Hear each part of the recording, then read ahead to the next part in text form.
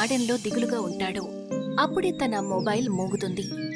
Mobile screen మీద ఒక unknown number ఉంటుంది. రాహుల్ కాల్ రిసీవ్ చేసుకుంటాడు. హలో.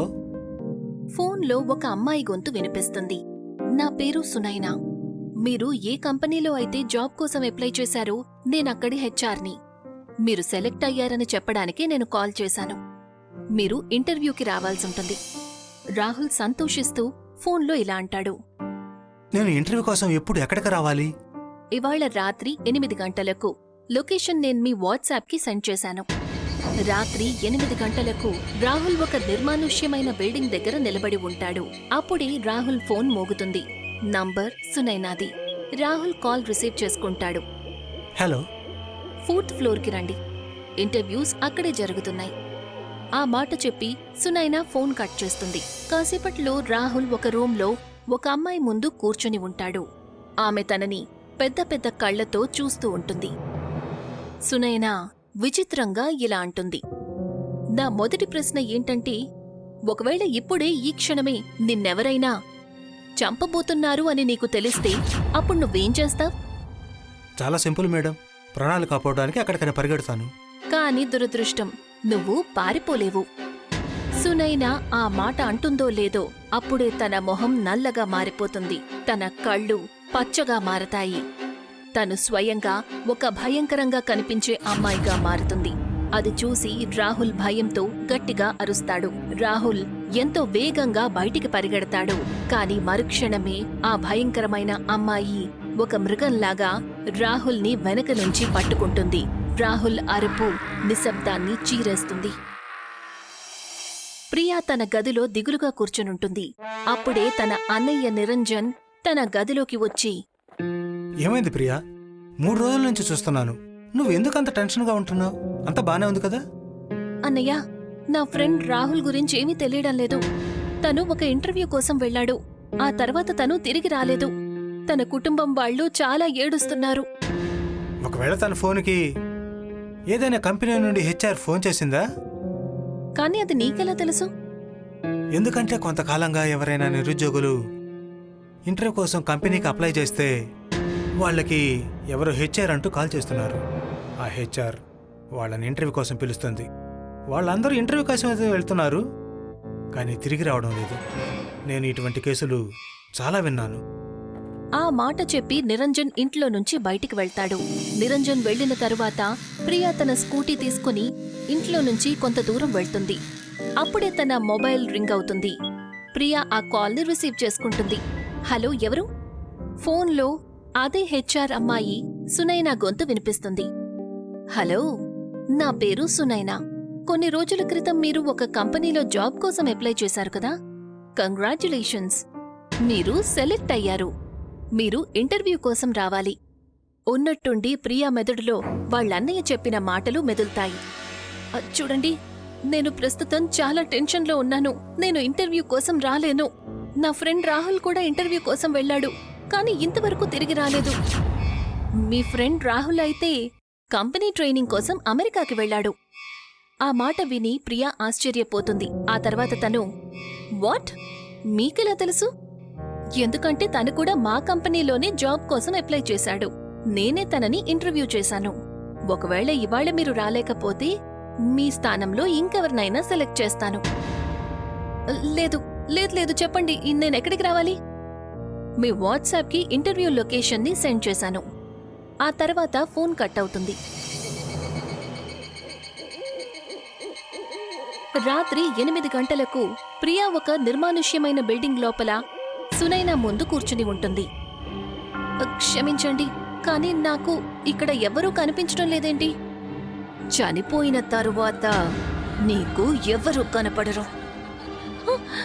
నువ్వసలేమంటున్నావు? ప్రియా ఆ మాట అంటుందో లేదో అంతలోనే సునైనా మొహం భయంకరంగా మారిపోతుంది. కాసేపటి తర్వాత ప్రియా అరుపు ఆ బిల్డింగ్ అంతా వినిపిస్తుంది. ప్రియా రాత్రివేళ ఇంటికి రాకపోయేసరికి వాళ్ళన్నయ్య నిరంజన్ కంగారు పడతాడు.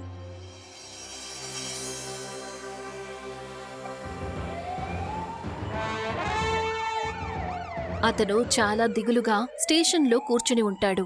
అప్పుడే సబ్ ఇన్స్పెక్టర్ కదం ఇన్స్పెక్టర్ నిరంజన్తో, ఏంటి విషయం సార్? మీరు ఎందుకింత దిగులుగా ఉన్నారు? నా చెల్లెలు కొన్ని రోజుల నుంచి కనిపించడం లేదు. బహుశా తను ఫ్రెండ్స్తో కలిసి ఎక్కడికైనా వెళ్ళుంటుందేమో. లేదు కదా, నేను ప్రియాని చివరిసారి కలిసినప్పుడు తను తన ఫ్రెండ్ రాహుల్ మిస్సింగ్ అని చాలా దిగులుగా కూర్చునుంది. సార్, మీకు తెలుసు కదా ప్రస్తుతం నగరంలో ఏం జరుగుతుందో. నిరుద్యోగులైన అబ్బాయిలు అమ్మాయిలకు హెచ్ఆర్ అంటూ కాల్ చేస్తున్నారు. వాళ్ళు ఇంటర్వ్యూ కోసం రమ్మంటున్నారు. ఆ తర్వాత ఆ పిల్లలందరూ ఇంటికి తిరిగి రావడం లేదు. ఒకవేళ ప్రియా, కొన్ని రోజుల క్రితం ప్రియా చెప్పింది తను దిగంబర్ ఎక్స్పర్ట్ కంపెనీలో జాబ్ కోసం అప్లై చేశానని. ఇన్స్పెక్టర్ నిరంజన్ మాటలు విన్న తర్వాత సబ్ ఇన్స్పెక్టర్ కదం ఒక ఫైల్ని ఇన్స్పెక్టర్ నిరంజన్ ముందు పెడతాడు. సార్, గత 6 నెలలుగా ఎవరైతే కనిపించలేకుండా పోయారో వాళ్ళందరూ దిగంబర్ ఎక్స్పర్ట్ కంపెనీలోనే జాబ్ కోసం అప్లై చేశారు. ప్రతి ఒక్కరికి కూడా దిగంబర్ ఎక్స్పర్ట్ కంపెనీ నుండి హెచ్ఆర్ అంటూ ఒక ఆడ మనిషి నుంచి కాల్ వచ్చింది. వాళ్ళు ఇంటర్వ్యూ కోసం వెళ్ళారు, కానీ రాహుల్ లాగా వాళ్ళు తిరిగి రాలేదు. అన్నిటికంటే ముఖ్యమైన విషయం, నేను పర్సనల్గా దిగంబర్ కాల్ చేసినప్పుడు అతను ఏమన్నాడంటే తన కంపెనీలో ఏ అమ్మాయిని హెచ్ఆర్గా అపాయింట్ చేయలేదని. అయితే దీని అర్థం ఏంటంటే ఎవరైనా సీరియల్ కిల్లర్ కానీ సాడిస్ట్ కానీ దిగంబర్ ఎక్స్పర్ట్ కంపెనీలో ఫేక్ హెచ్ఆర్గా మారి ఇటువంటి పనులు చేస్తున్నాడనమాట. ఎనివే, నువ్వు ఒక మామూలు మనిషిగా మారి దిగంబర్ ఎక్స్పర్ట్ కంపెనీకి జాబ్ కోసం అప్లై చేయి.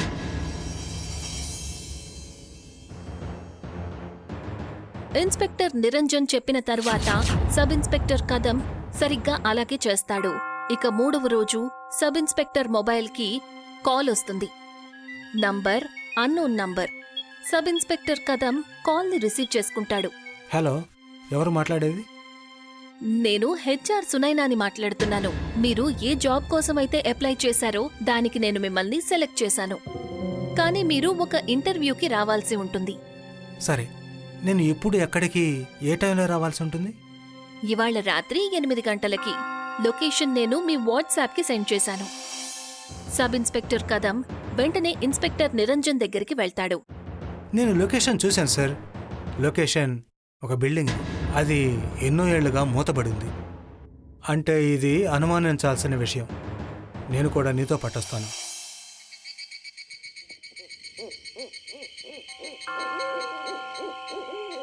ఇన్స్పెక్టర్ నిరంజన్ సబ్ ఇన్స్పెక్టర్ కదంతో పాటు తిన్నగా ఆ నిర్మానుష్యమైన బిల్డింగ్ దగ్గరికి వెళ్తాడు.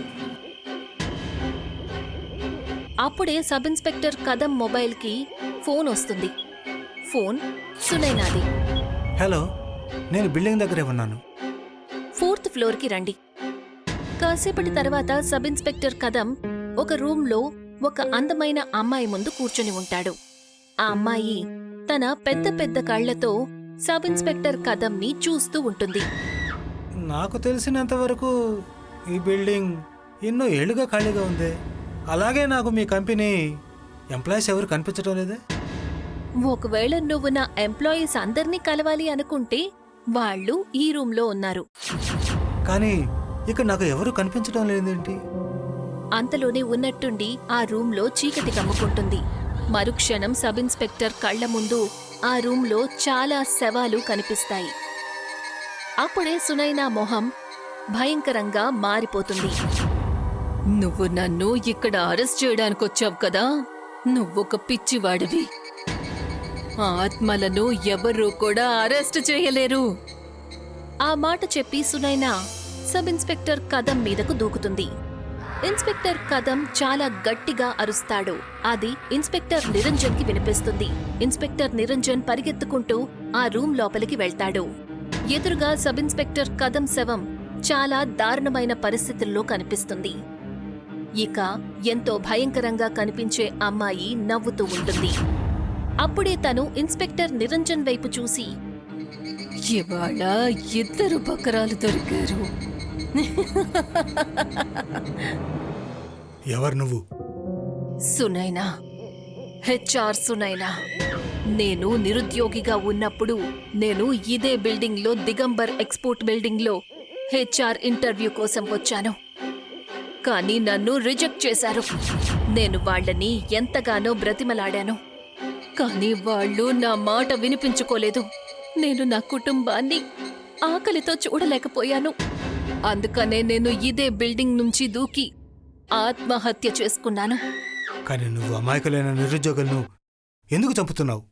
నేను వాళ్ళని చంపడం లేదు, వాళ్ళని నా భూతాల కంపెనీలో అపాయింట్ చేసుకుంటున్నాను. కొంతకాలం తరువాత వాళ్ళు పెద్ద పెద్ద కంపెనీస్ ఓనర్స్ అందర్నీ అంతం చేస్తారు. నిరుద్యోగులకు, పేదవాళ్లకు ఎవరైతే జాబ్స్ ఇవ్వడం లేదో. ఆ మాట చెప్పి తను ఇన్స్పెక్టర్ నిరంజన్ దగ్గరికి వెళ్తుంది. కాని ఇన్స్పెక్టర్ నిరంజన్ చేతికి ఒక పసుపు తాడు కట్టి ఉంటుంది.